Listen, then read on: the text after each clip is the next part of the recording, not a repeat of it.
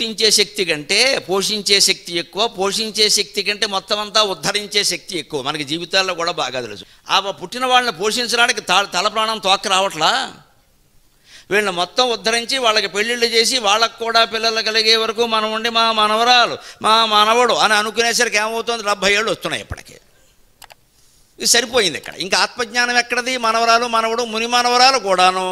నేను అప్పుడే 5వ తరం కూడా చూసేసా. ఇంకా ఉంటే 60 తరాలు చూస్తావమ్మా. ఈ తరాలు చూడడం పెద్ద విషయం కాదు ఇక్కడ.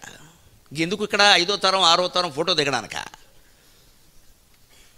ఆలోచించవలసింది ఏమిటి అంటే 50 ఏళ్ళు దాటాయంటే మైనస్ లెక్కేసుకోవాలి. కౌంట్ డౌన్ పుట్టినరోజులు. 70వ పుట్టినరోజు అనొద్దు, అయ్యి బాబోయ్ ఇంక 10 అనుకోవాలి. ఇంక 10 ఇంకా 5 ఏమో ఎవడికి తెలుసు, రేపేనేమో అనుకుంటే జాగ్రత్త పడతాం. కానీ 70 అండి నాకు 90 కూడా జరుగుతుందనే విశ్వాసం ఉంది. ఇదేం పెద్ద విశ్వాసం? భారత రాజ్యాంగం మీద విశ్వాసమా ఇది? ఇప్పుడు 90 ఏళ్ళు బతకపోతే నష్టం ఏమిటి ఇక్కడ? 70 ఏళ్ళు అయిపోయింది, ఏం సాధించాం? కొడుకుల్ని కూతుళ్ళని కనడం, మళ్ళీ వాళ్ళు మనవరాలను కనేలా చేయడం, వాళ్ళని మళ్ళీ చదివించడం, వాళ్ళకి మళ్ళీ ఇప్పుడు ఇదేనా సంత?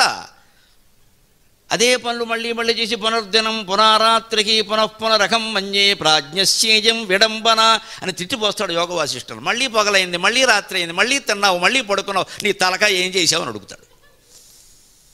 మళ్ళీ పిల్లల్ని కన్నావు, మళ్ళీ పెళ్ళిళ్ళు చేసావు, ఏం చెబుతున్నావయ్యా? ప్రాజ్ఞశ్చేయం విడంబన. జ్ఞానం ఉన్నవాడికి ఎవరికైనా ఇది భయంకరంగా ఉంటుంది. ఏం విడంబన, అసఖ్యంగా ఉందా? ఏంటిది? ఆలోచించి ఒకసారి. ఎన్నాళ్ళు పడుకుంటావు, ఎన్నాళ్ళు తింటావు, ఎన్నాళ్ళు లేస్తావు, ఏంటిది? ఎన్నేళ్ళు ఇది? 50 ఏళ్ళు దాటకైనా ఆలోచించద్దా? 25 ఏళ్ళ కుర్రాడో అమ్మాయో ఆలోచించకపోతే వేరే విషయం అమ్మా. 50 దాటే, 60 దాటే, 70 దాటి ఇంకా ఏదో చేద్దాం. ఏం చేయకు, ఏం చేయకుండా కూర్చో, అదే గొప్ప విషయం. విజయ కృష్ణమూర్తి గారిని అడిగారు, ఏం చేస్తే జీవితం సుఖంగా ఉంటుందండి? ఏమీ చేయకుండా సుఖంగా ఉంటుందన్నాడు. ఏదో చేసే కెలుక్కునంత తెచ్చుకున్నాం ఇక్కడ జన్మజన్మల రూపంలో, ఏమీ చేయకు సుఖంగా ఉంటాం అన్నాడు. అది ఏమీ చేయకుండా ఉండడం అనేది 70 ఏళ్ల తర్వాతైనా అలవాటు చేసుకోవాలా వద్దా? ఏం చేయకుండా ఎలా ఉంటామండి? ఏమిటో నలుగురు లేకపోతే నాకు తోచదు, డాక్టర్ గారికి చూపించుకోవాలి, అదో వ్యాధి. తోచపోవడం ఏంటి? తోచాలి. నలుగురు లేకపోతేనే బాగుండాలి. మనం ఎక్కడికి ఆ బ్రహ్మకీట జనని వర్ణాశ్రమ విధాయని మొత్తం అంతా అమ్మవారే ఉంది. మరి అమ్మవారు నీ దగ్గర ఉంది కదమ్మా. ఇంకా నలుగురు లేకపోవడం ఏంటి? నలుగురు కాదు 4000 మంది ఉంటే మాత్రం అమ్మవారితో సాటి అవుతారా? అమ్మవారి ఫోటో ఉంది కదా మన దగ్గర, మాట్లాడచ్చు కదా, ఓ పద్యం పాడుకోవచ్చు కదా, లలితా సహస్రం చదువుకోవచ్చు కదా. తోచకపోవడం ఏంటి? ఎంతసేపు ఈ జీవుడికి ఏమిటంటే వ్యక్తం కావాలి, వ్యక్తం కావాలి, వ్యక్తం కావాలి. నన్ను అందరూ మెచ్చుకోవాలి.